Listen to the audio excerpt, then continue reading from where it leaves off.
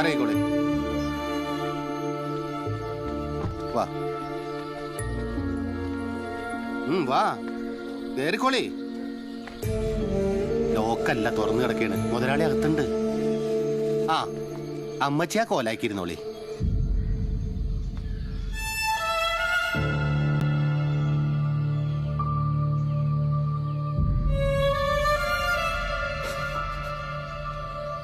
കേളി വിജനം വദനം ഹാക്കു ഹാ ഹാക്കു ഹാ ഹാക്കു.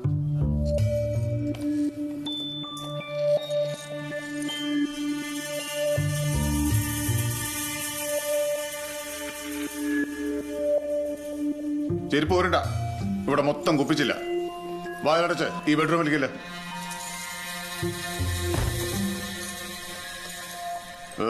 മോപ്പ് കോപ്പ് വല്ല ചൂലാറ്റം കിട്ടിയ പണി എളുപ്പമാണ്. ഇവനെ ആ കട്ടിലിൽ കുറച്ച് ആധാരം ഇരിപ്പുണ്ട്. അതിലേതാ എൻ്റെ നോക്കിയിട്ട് എടുത്തേക്ക്.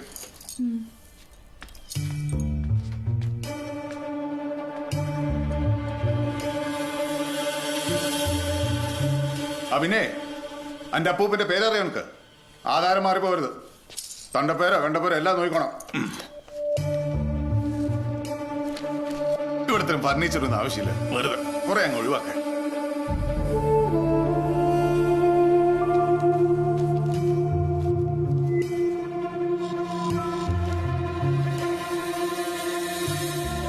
ആധാരം കിട്ടിയോ?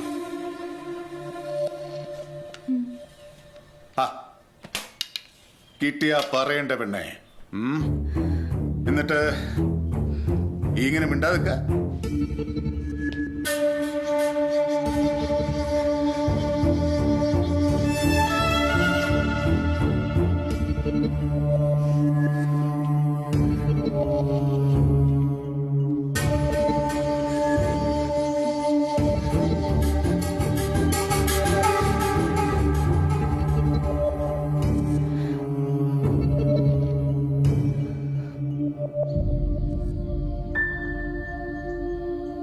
സന്തോഷായില്ലേ?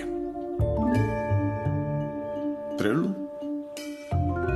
എന്നാ പോയിക്കോ. പറഞ്ഞത് പിടികിട്ടിയില്ലേ? പോയിക്കോളാൻ.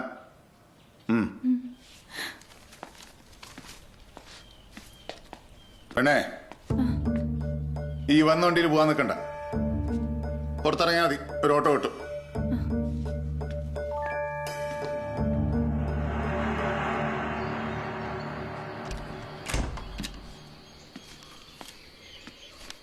അച്ഛമ്മ, നമുക്ക് പോകാം. ആധാരം കിട്ടി.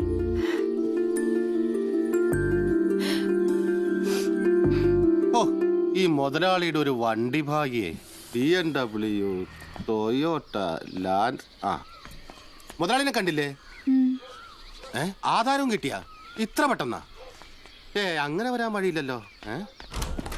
മുതലാളി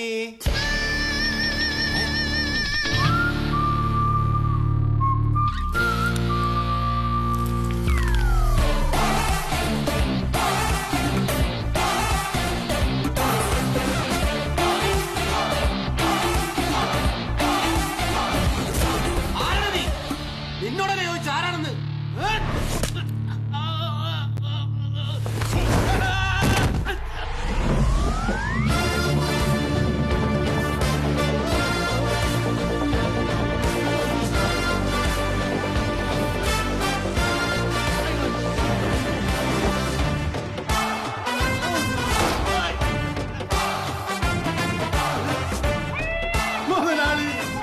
അതെടാ മുതലാളി. ഈ ഇപ്പൊ വിചാരിക്കണത് ഇവിടെ എന്താ നടന്നേന്നല്ലേ?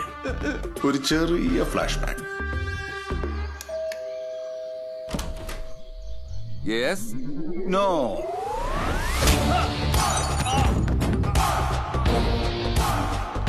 അനക്ക് കൊച്ചു പിള്ളേർ തന്നെ വേണമല്ലടാ. ഒന്നി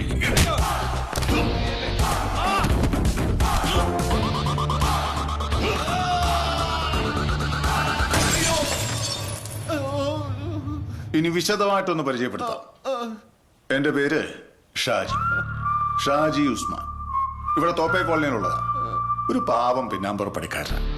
മനസ്സിലായ? ഈയൊക്കെ എന്തെന്നാടാ പറഞ്ഞത്? ഓനെ പോലുള്ള 5-6 മുതലാളിമാരെ കോഴിക്കോടങ്ങാടി കെട്ടിപ്പൊക്കിയെന്നാ. അതുകൊണ്ടാ ഓനെങ്ങനെ ഒറ്റയ്ക്ക് കെട്ടി തൂക്കിയിട്ടേക്കണത്.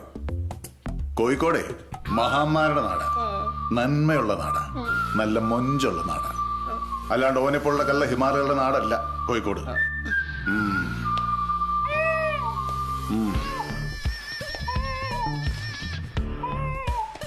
അവന്റെ ഒരു കോപ്പില് കിക്ക്.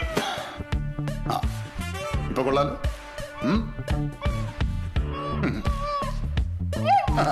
അടിപൊളി, കൊള്ളാലോ. ഇത് പണിയാൻ പറ്റിയ സ്ഥലം. തുടങ്ങാം.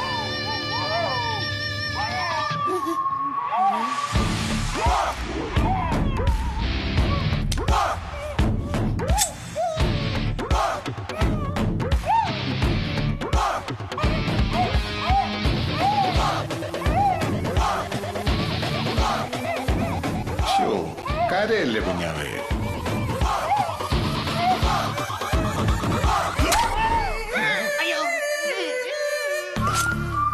പിന്നെ ഈ പണിയുടെ ഏറ്റവും വലിയ സന്തോഷം എന്താന്ന് വെച്ചാ, എന്റെ പെണ്ണും പിള്ള ജീവിതത്തിൽ ആദ്യമായിട്ട് തന്ന കൊട്ടേഷൻ. പിന്നെ നിന്റെ ഓഞ്ഞ പ്രതികാരം അത് 6 മടക്കി നിന്റെ കോണാത്തി കൊണ്ടുവച്ചാണ്. എടുത്തോണ്ട് പോടായി പന്നി. ഇമ്മാതിരി മോയിന്തുകളിലൂടെ മാമാപ്പണി ചെയ്ത് നടക്കാതെ അന്തസ്സുള്ള ജോലി ചെയ്തിരിക്കും എന്നെ പോലെ.